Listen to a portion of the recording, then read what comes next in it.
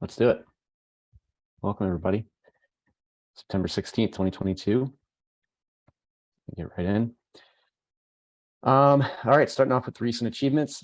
So this week, Casey had a huge podcast launch with Barry Weiss on the Honestly show. Can't reinforce how much I loved this conversation. I really recommend everyone listen to it.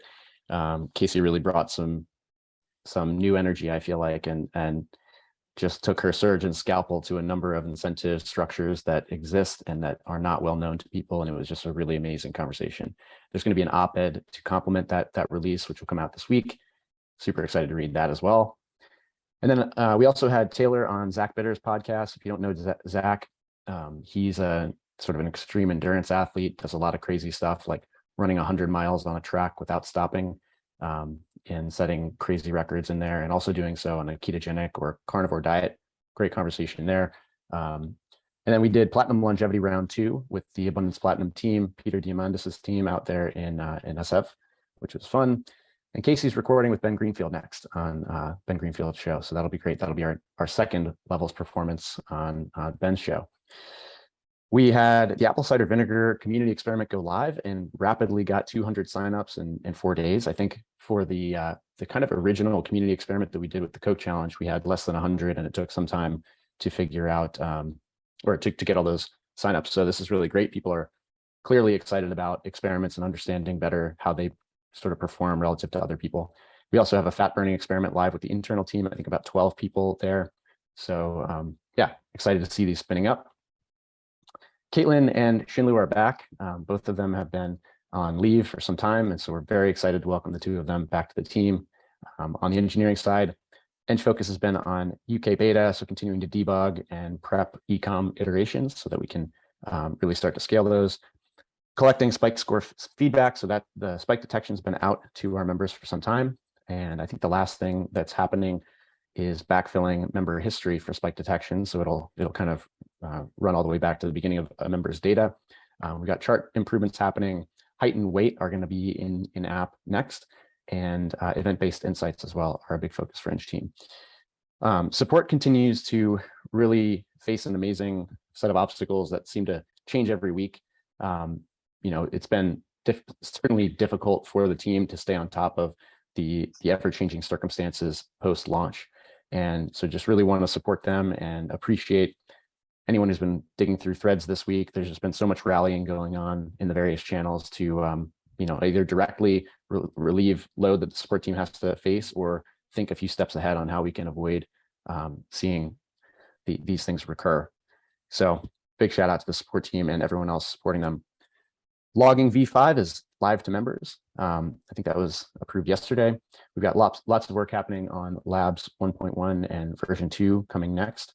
And then UK beta, in-app demographics, healthier food choices, all teed up from the product side to start either shaping or implementing. This week spent, I think, just a very small amount of time. I believe Paul took the lead on this, but optimizing the homepage for performance. So went from a Google Lighthouse score of 38 to 57 with some very basic changes, like compressing the videos, hero videos, and really optimizing for mobile viewing.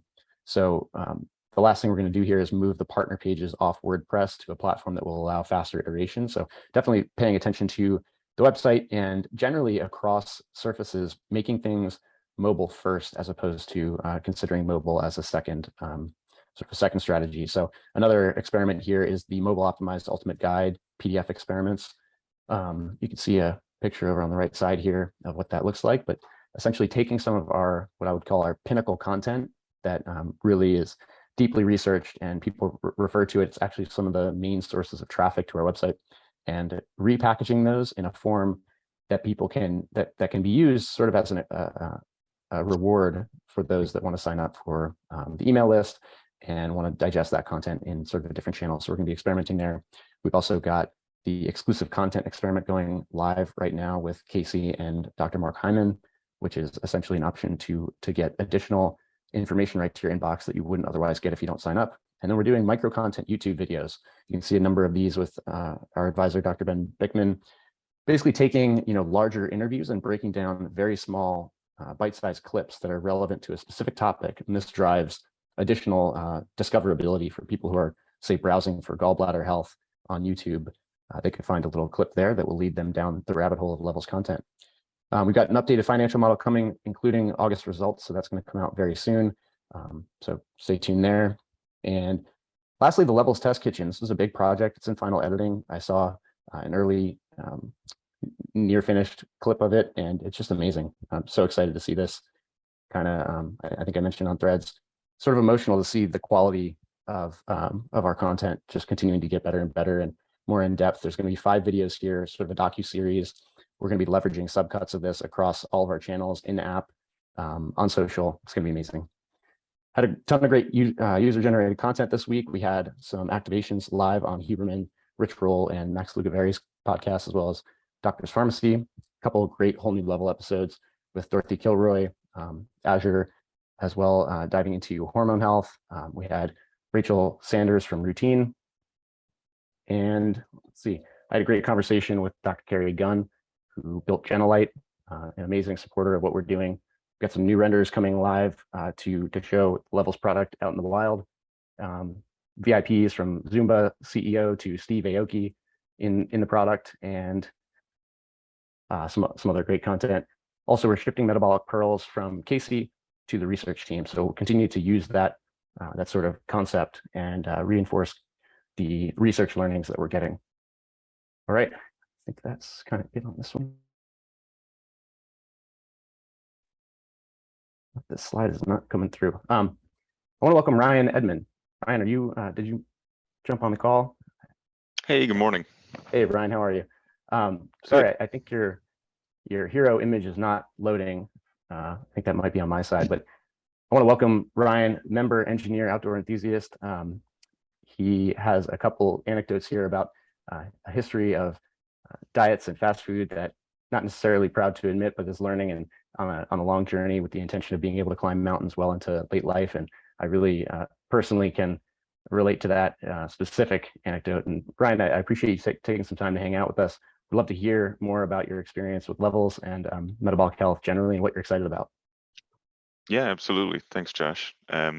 So I got on the beta access program. I think it was 2019 was when I used Levels, and I invested in 2021 because I really believe in what you guys are doing. Yeah, I guess from an early age, I've been kind of interested in metabolic health. My dad was diabetic growing up, and he would use the old like pinprick glucose monitors to give me instantaneous readings when I was kind of not feeling good as a kid, just to make sure that my blood glucose was normal. So I've always been kind of aware of it, and given the hereditary nature, I've always been conscious of what I eat, even though, yeah, growing up in Ireland, diet isn't so great, and as I've learned since using Levels, so I tried a lot of the foods during my month-long subscription that I used to eat just to see how my body would react, and sure enough, wasn't pretty. I used to eat oatmeal for breakfast every day. Yeah, don't do that anymore. That was a pretty bad food score. Yeah, so I guess I had a similar experience to you as well. I think I read your story about mid-20s, you were very active and you started to get sluggish, and that's how you ended up going down this road and discovering the importance of metabolic health, and found myself in the same situation. And using Levels even for a month allowed me to find some of the foods like oatmeal, and I used to love acai bowls. Thought they were super healthy until I saw what they did to my glucose levels, and yeah, I don't make that mistake anymore.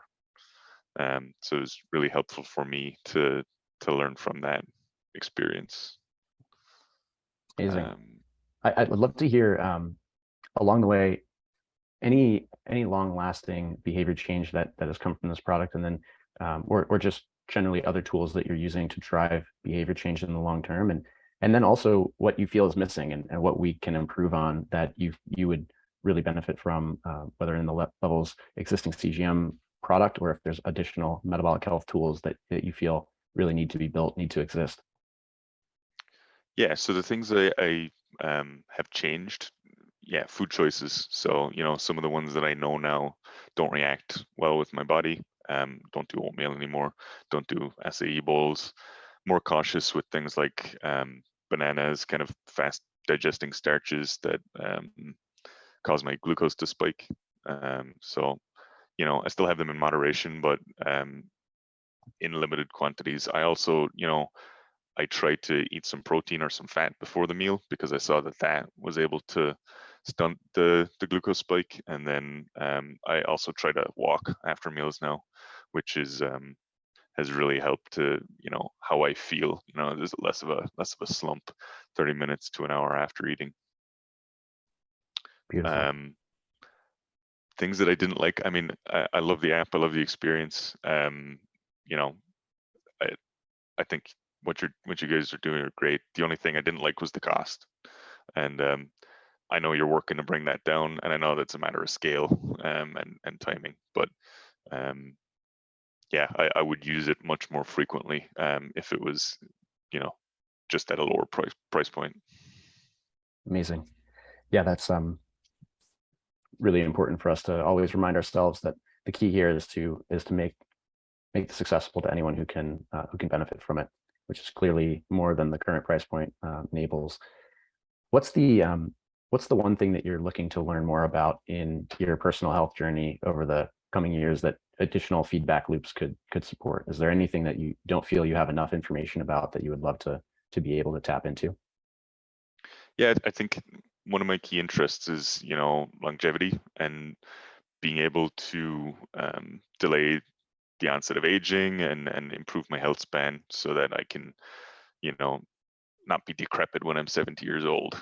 I live an active lifestyle and I want to keep doing that for years to come. So any new data I can get that can direct my behaviors to preserve that, that's what I'm looking for. Feel similarly. Well, Ryan, thank you for joining us. Thanks for setting aside time on Friday morning.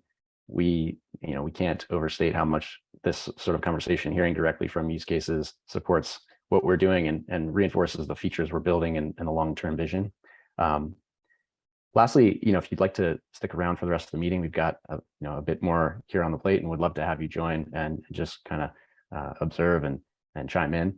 And finally, thank you for supporting us both as a member, but also as an investor in the crowdfund round. That we were just talking about replacing our Twitter river on the website with the testimonials that we received from that crowdfund round, because it was really a kind of a life-changing moment for many of us as we saw all that support flow in. So thank you for doing that. It really means a lot.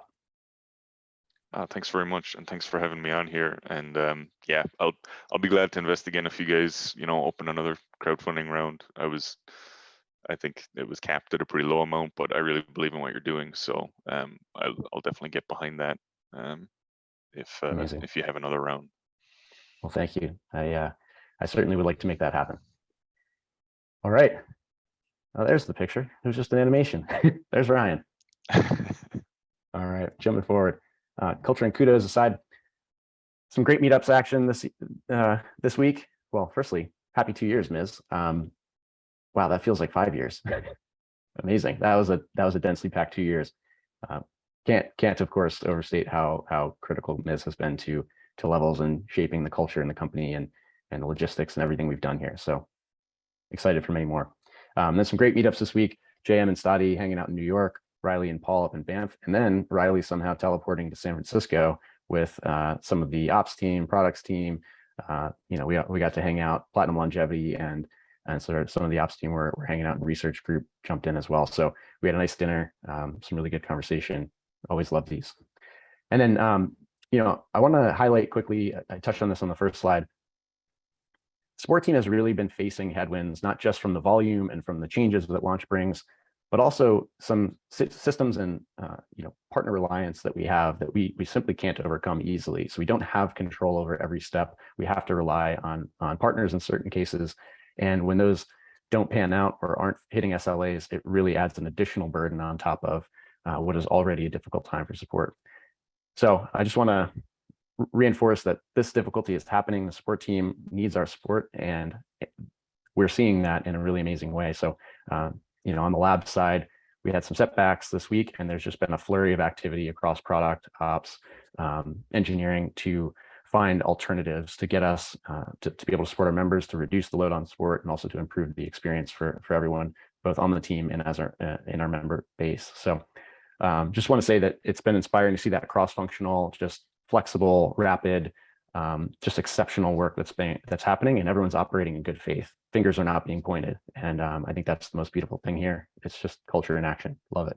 So thanks everybody that's continues to improve our systems and improve our cross-functional work. Okay, I'm going to step back and let Zach take the culture slide today. Hey everyone. So I'm going to talk about make yourself obsolete. I will say this is absolutely one of my favorite kind of core cultural ideas at Level. So this is in the culture handbook, just a quick snippet.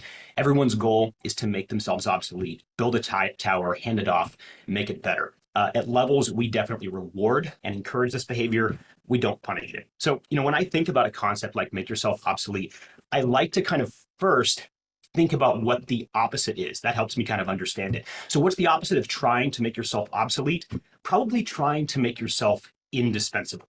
And what I love about this is that sounds great on paper, right? Because we all totally want to be needed. The problem is that like in practice, it completely fails and it will just make you unhappy. Like number one, if your focus is making yourself indispensable, it will inevitably make you a bit territorial, right? Not only is this very anti-short toes with the people you already work with, but this is the root of that feeling that some people have where a new team member comes on and their skills overlap with theirs. And instead of saying, as you would if you have a mindset of like make yourself obsolete, oh my gosh, I have another person who understands my role. Let's work together. Maybe we can automate or hand off some of this stuff that I haven't had the time to get to. Instead, your reaction is, oh my gosh, new person, my skills. Are we in competition? What's going on here? And it just wrecks your work mindset. It leads to gatekeeping, knowledge hoarding, like a lack of openness, all stuff that just doesn't make us happy.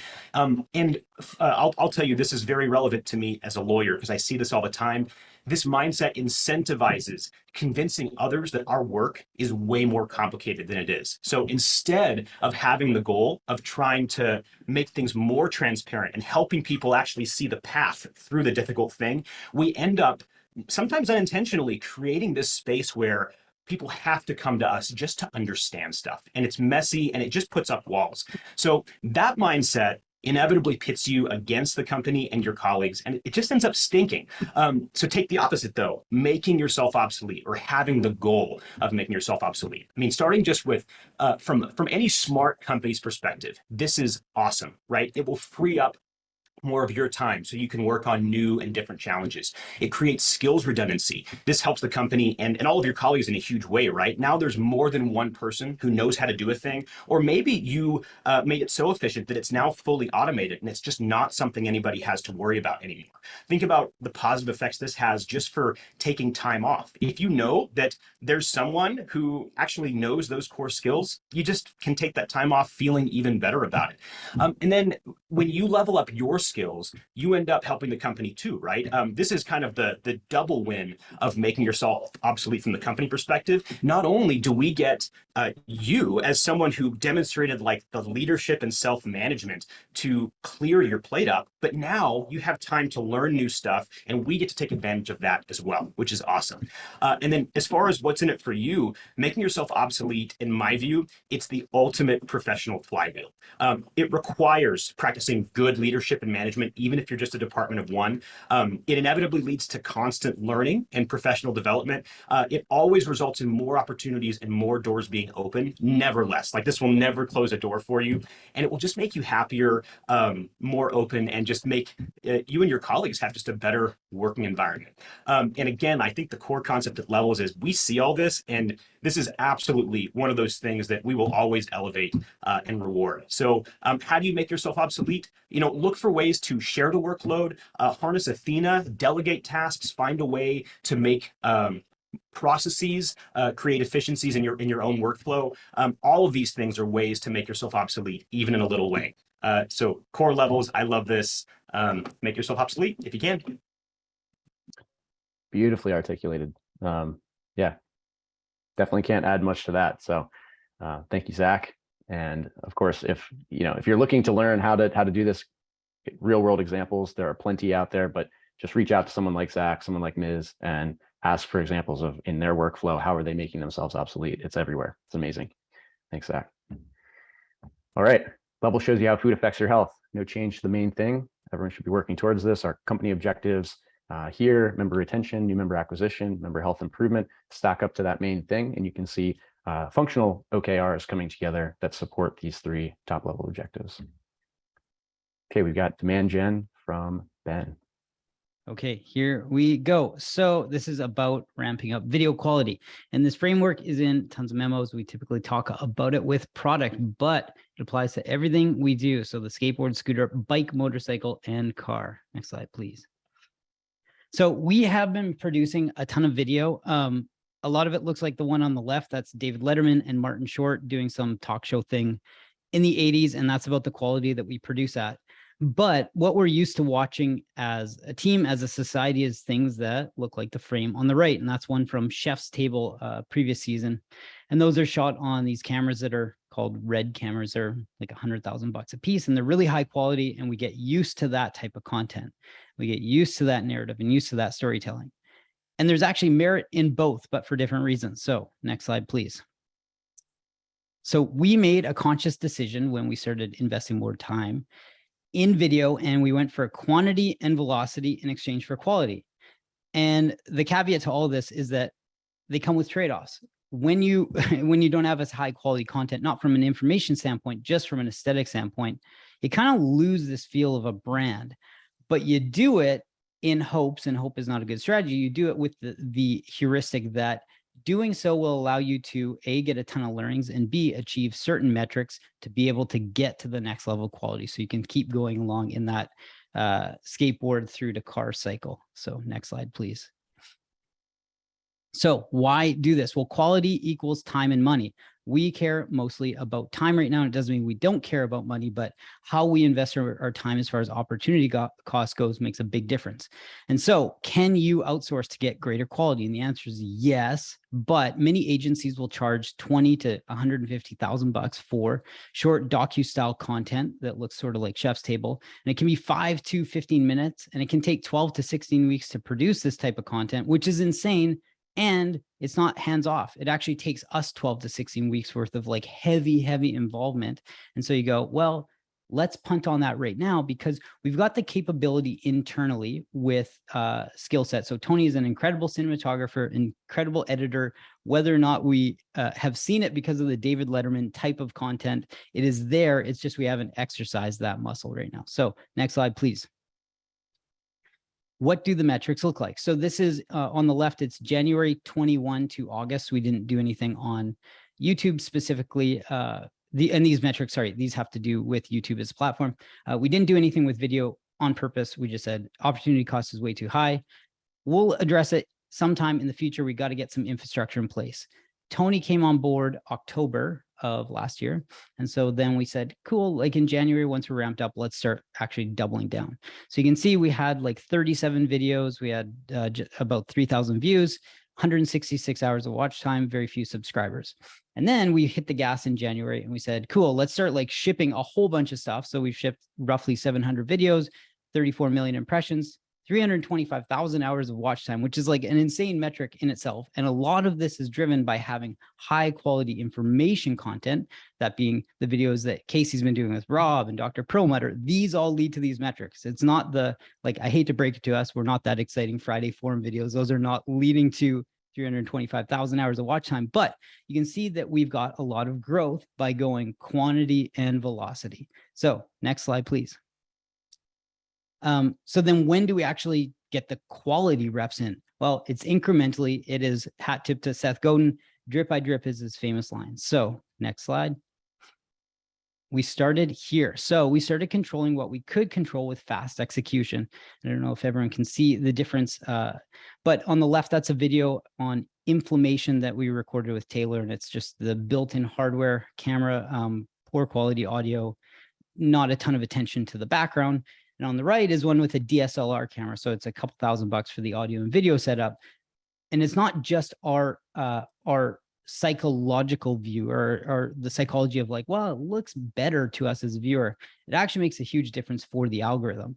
And we can do this remotely. We can do it with very fast execution, not a ton of time invested, but these little incremental things get us to a better point. So next slide, please. Then we bring to the decision tree. So it was a Sunday night, I believe, correct me if I'm wrong, Casey. And this was, I think, the end of May. And Casey, unprompted, was like, hey, I'm just going to turn on my camera, my iPhone, and let the audio record and just film myself cooking. We'll see what happens. And she ended up filming this video. It was like 30 minutes. And she had, I can't remember if it was texted or something. And she was like, what do you think? I was like, this is good content. She sent it to a bunch of us. I bet it will land with people, even if the quality looks kind of crappy. I bet it's going to land with people if we ship it. Let's see what happens. And the feedback was like, people said, this is super authentic. It's genuine. I just want to see Casey cook. I want to learn more about food philosophy. And so the decision tree becomes, next slide, please. What do we do? Do we outsource to try to get that next iteration? Or do we bring this in-house so we can like start to exercise the quality reps? And that led us down the path of saying, no, let's actually do this now. Let's go chef's table. Let's get the red cameras. Let's film this. Like, let's prove Tony actually is a cinematographer and can edit this stuff, but let's control the treatment and the concept, because outsourcing it's not going to get us the result we want anyway. And we kind of knew this. So we said, let's build the muscle, get the reps in, experiment with treatment / concept, and go back to outsourcing once we have that, because then we have levers to tweak. So these have not been released yet, but they're frames from, we're calling it Levels Kitchen. There was a shoot that Tony, Sonia, Stacy, and Casey were involved in Portland. And it's a bit of a mini doc. And then there are 4 recipes associated with it. And it's all long form content. So data is to be determined, but Sonia is going to report on all that in about a month's time. So next slide, please.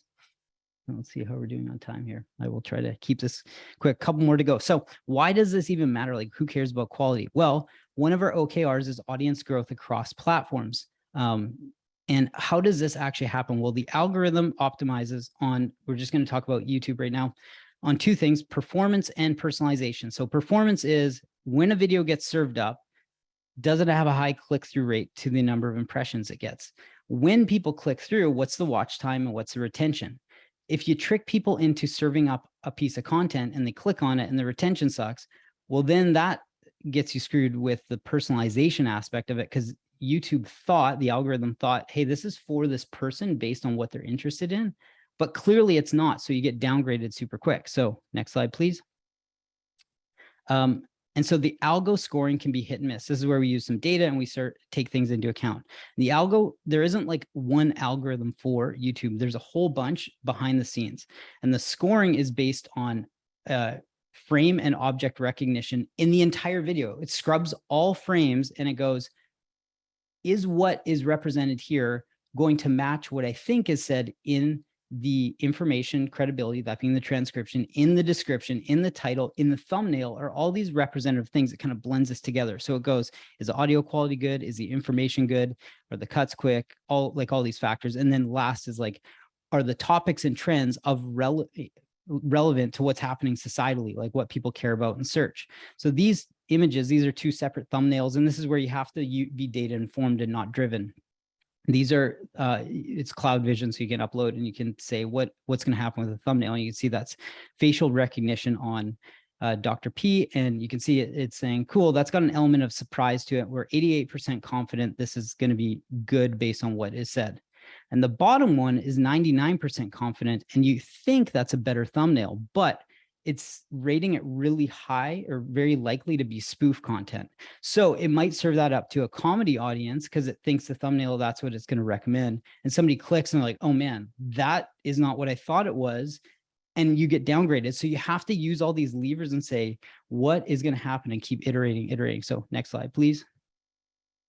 One more after this is, so what does this actually mean? Well, attribution isn't a perfect measure of performance, but this data keeps us informed. So why do we care about all this quality and video content? Well, YouTube as a platform is our highest leverage traffic source when we think about eyeballs, emails, orders for traffic coming to the website for organic content. We get over 2x the engagement of traffic and the lowest bounce rate. So people are staying on pages on the website. Again, it's not perfect because people could come in through other avenues, but we get over 2 minutes of page view time when people are viewing that content. So it's important to understand that we keep pushing on this as an angle. And then the last slide. Here we go. So the takeaways are demand gen and demand capture. They're inextricably linked. So this idea of audience growth across platforms, high contents cadence, increased quality, and all of these things will help us with this framework of eyeballs to drive traffic to the site, to capture emails and nurture them, to get orders. And that is your update. Wow, that was killer. Things I never thought the computers would know, they know already and have known apparently. So love it. Thank you, Ben. I'm going to come back and watch this one again for sure in the async. Okay, over to product. David. All right. Well, that was exciting. I'm really glad that Ben and JM are driving the boat and the team. That content is just so deeply thought about and will be the lifeblood of the app too. So super exciting update. All right. So welcome to the product update for September 16th. You're probably wondering, is that cake? And has Maz lost his mind? Why is he showing cake on Friday forum for levels? Don't worry, that cake is almond flour, allulose, and olive oil with deep coloring from raspberries. So don't worry, it is metabolically healthy. Actually, that's not true. So I'm just kidding. But the point of this is continuing on the theme and metaphor of our product really being in layers, just like a cake. And here what we try to do is show that we need to engage people. That's the first layer of the cake. That's getting people in, building that trust. We need to keep people, retain people over a long term to really create a product that people want to use and continue to use for a long time. And it's really a partner. And then really going into the delight of what else can levels do for me? Kind of like, you know, how Apple's trajectory was. Apple first made the iPod, they made the iPhone, they made the iPad. And then people are like, when is Apple going to make a fridge? When is Apple going to make a router? When is Apple going to solve all these other problems? And so it was that trust that the company built and people wanted them to do more. And I think that is the trajectory for product that we want to create. And if you break it down and say, okay, how are we thinking about that? How are we driving that engagement? What are the features that are driving that engagement? And what are the features that are driving that retention? And then eventually delight. What does that look like? And so looking at our product today and where we're trying to go, the first layer that we built is first and foremost content. Content is the lifeblood of the app. So starting with event-based insight that Mike T been heading, and now we're up to 28 event-based insights as of end of this week, and keeping going. We have a roadmap to create 10, 20 pieces of content in that format a week, a month, and we're going to keep on investing there. And we're really bringing the rest of the company to help us create this roadmap, whether it's working with research, whether it's working with clinical, whether it's working with Casey and the team. It's really taking the best out of the company and creating this content. The second one is healthier food choices. So this is proactive content, creating something that people can follow. The third one is the personality-based insights that really brings a human element to it. So we're delivering content to engage people. Second is logging. We want the interaction to be interactive. So that's logging to engage people in what they are doing. And then the third one is obviously the scoring work that's creating feedback to people, this biofeedback to keep on the right track. So content, logging, scoring, creating that feedback to engage people, that 30, 90 days to really teach them and give them insights about how food is affecting their health. The second layer is labs. We're creating this lab product to really check in on your health throughout time. How am I trending? Am I reaching my goals? So it is effectively a check on you. The second one is personalization. We want to create a product that people are investing in. It's getting to know them. It's a tool that people say, why would I move to another product and have to start from scratch? This product really knows me.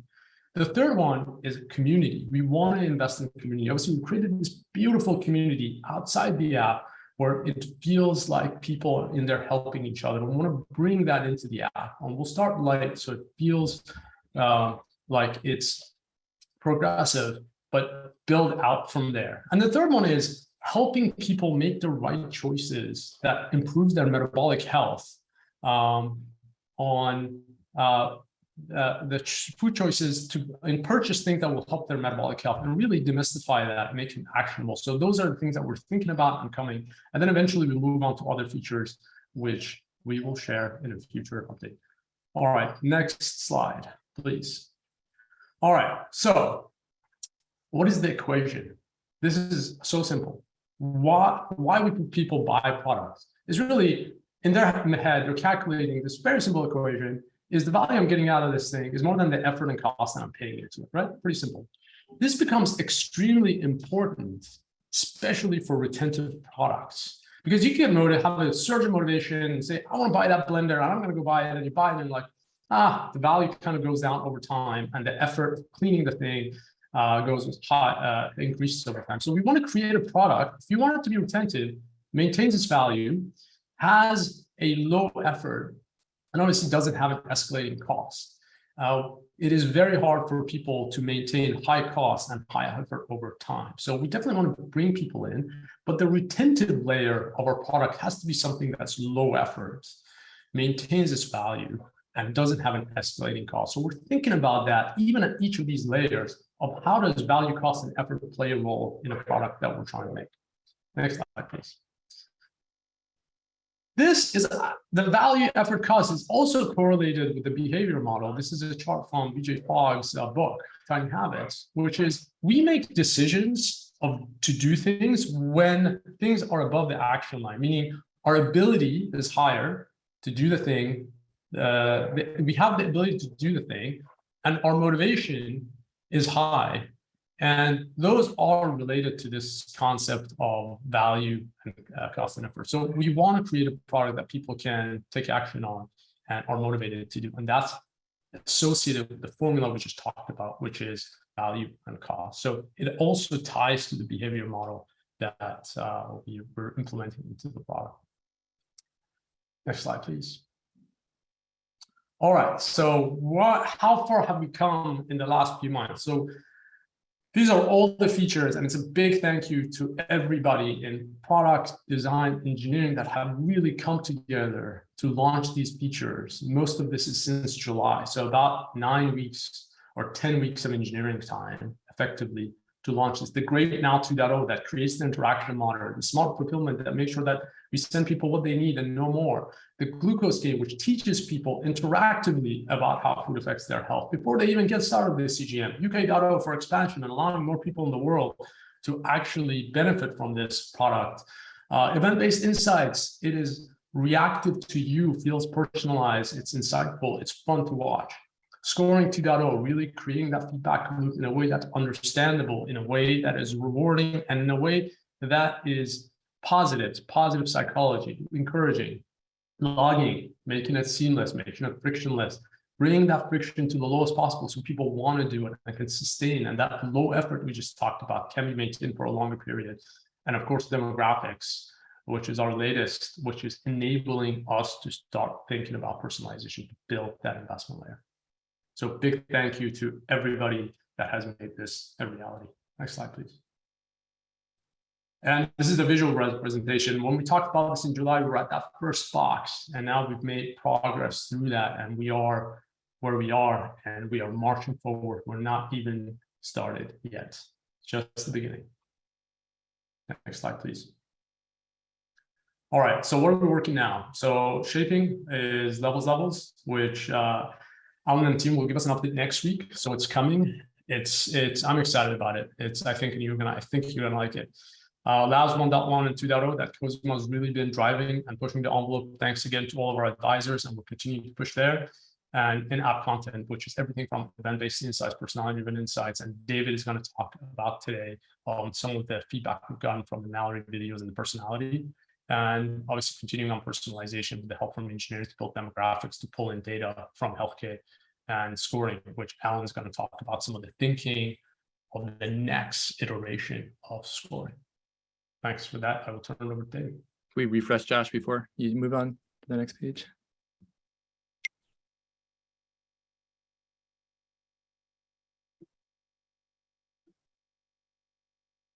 Uh-oh. Okay, there we go. All right. There's a few project updates before we get into the personality-driven content. So first off, on the event-based insights front, I wanted to highlight that we now have a retrospective available. Please go ahead and read that. You can hear all about what we did in the first round, what we learned, what went well, what our opportunities for improvement are. Mike put this together. It's really good. Thank you, Mike. He's at a conference today, so I just wanted to plug that. And then, as Maz was just mentioning, one of the things that we're really trying to do is increase that ability for our members and their motivation. But one of the features that we just launched was hyperlinks and stories, and Steph did a great job on this. And why this is important is that in these stories that we're pairing, like try these 3 or 4 things instead of oatmeal. There was no way previously for our members to open up each of those different recommendations, and now they can open up each one. Maybe they're only interested in 1 out of 4. So this is a great way to increase that ability. A small win, but I think it's gonna be a big effect. And then we've got a bunch more insights queued up. They all have 0 eng effort, which is a big celebration. All of the insights coming up are gonna have 0 eng effort.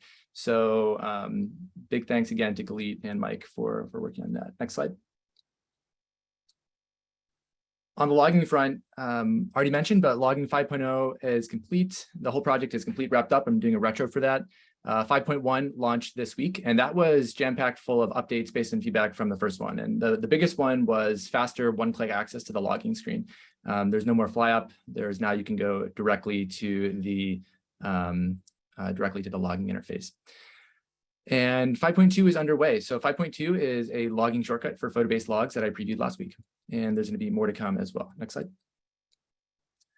And closing the loop on scoring 2.0. So after we launched 2.0, we were gathering member feedback, and some of the things we learned were people were confused about onboarding into it. So earlier we launched an onboarding interstitial. We recently just launched as well an inclusion of that into the glucose game. So now there's one unified onboarding experience where you learn about the glucose curve, food logging, the stability ring. Very nice work by Marolo on that one. And then on the design and product side, we're taking to heart some of the feedback that we heard from our members who thought that they wanted something a bit more of an abstraction layer over their data, something on top of the stability score that helped them see how are they doing at the end of the day and day over day. When you look at the spike counts, it's kind of hard to visually grok like 2 or 4 when you're scanning in your calendar view or in my data. And so we're thinking about how can we bring back some of the visual glanceability of the metabolic score that you had day over day into another score abstraction that uses the same system, the stability ring and spike duration, things like that is woven into it, but is just a very quick visual glance when you're in my data. More to come on that in a little bit. Next slide. I think this is, you can skip that one. And all right, next one. So today the highlighted experiment is personality-driven content. And to set the stage, as you know, we're shifting into a program where we're trying to actually change people's behavior and not just show them their metabolic awareness.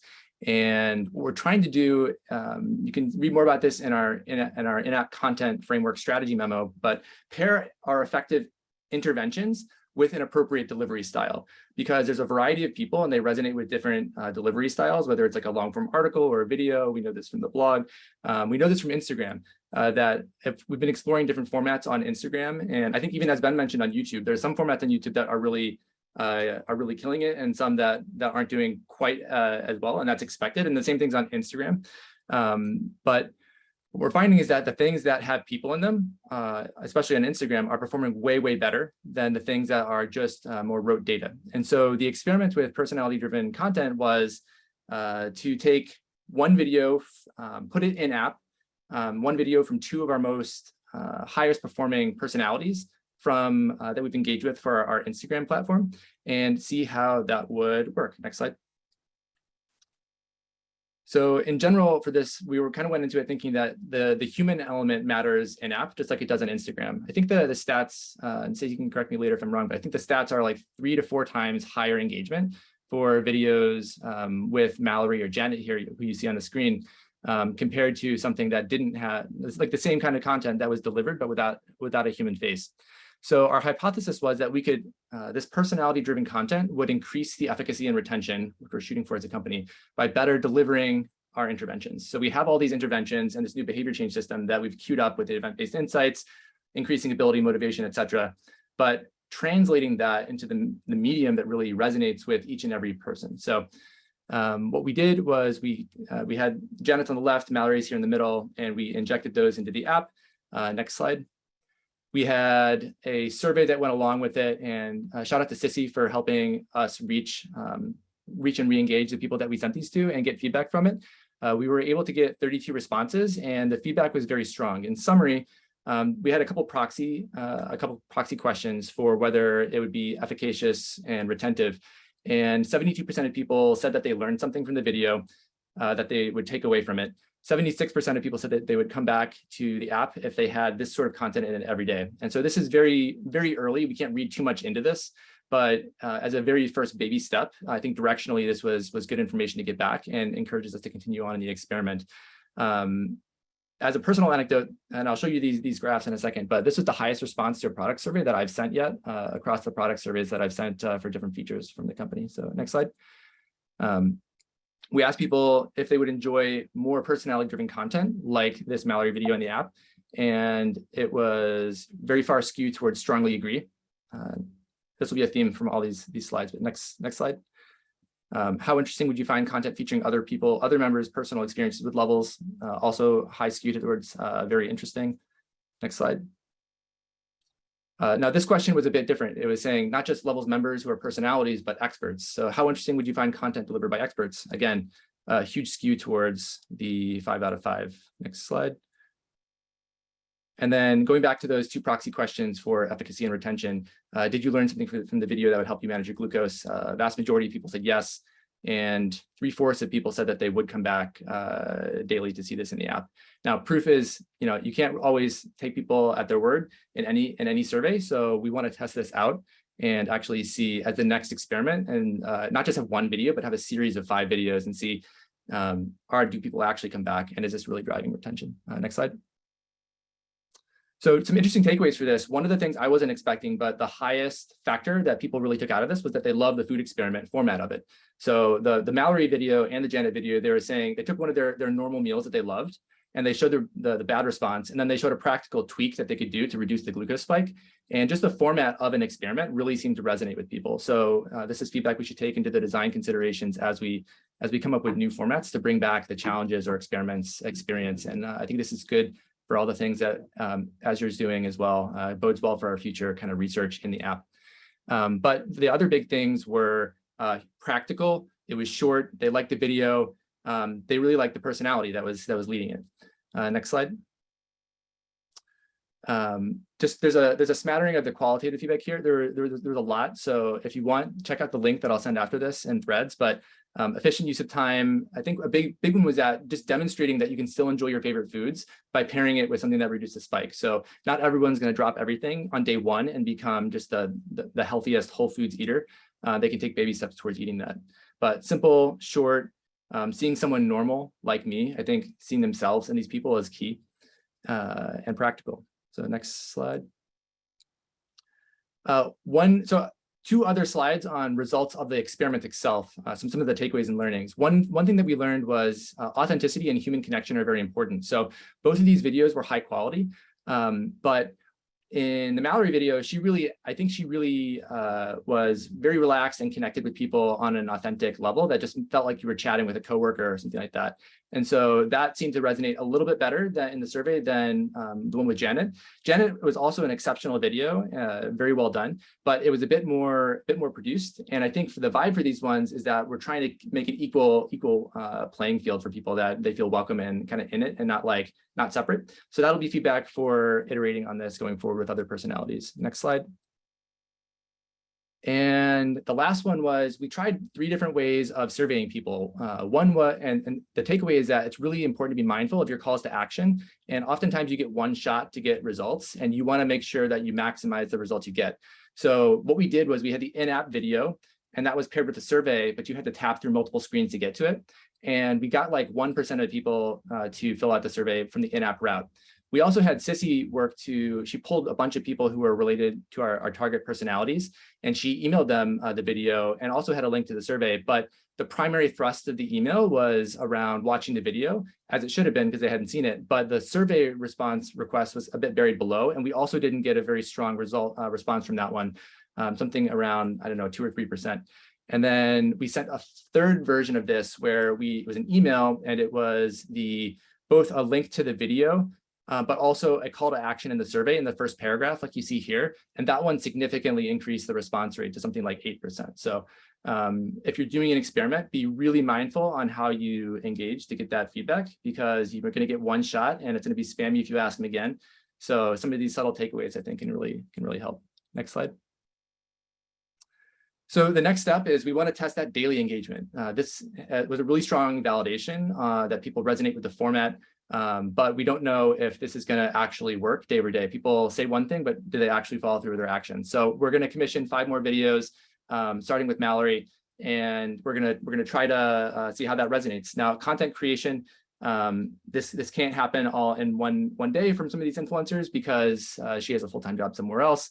So one of the things that we really need to do to have a strategic foundation for this is finding win-win ways with our influencers, with our experts, and our internal staff, and our costs and our budget to scale content while maintaining the level of quality that we need. And I think this is where it's going back to what Ben was talking about, really leveraging our team's expertise in that and figuring out if this does prove out to be successful on an ongoing method, we're going to want to scale this out, add personalities, and come up with a content calendar and pipeline of things. And so we're going to have to find ways to do this effectively. And right now that's a challenge.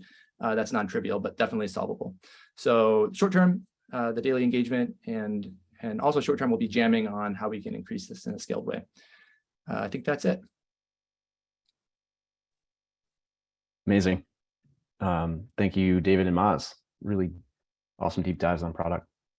Very excited for this. Those results are amazing. All right, quick hiring update. So we have Priya, Evan, and Sean all joining us now.